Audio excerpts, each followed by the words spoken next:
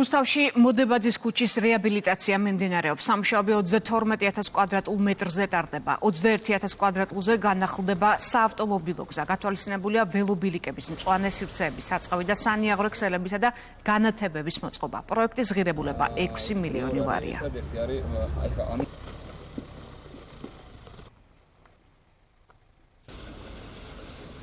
პრემიერის მხარდაჭერით რუსთავის გუნდი ვახორცელებთ კიდევ ერთ მნიშვნელოვან პროექტს ჩვენი ქალაქისთვის. მოდებაძის ქუჩის დასრულების შემდეგ უკვე ჩვენ შევძლებთ აღვადგინოთ და გავაუმჯობესოთ მუნიციპალური ტრანსპორტით გადაადგილება.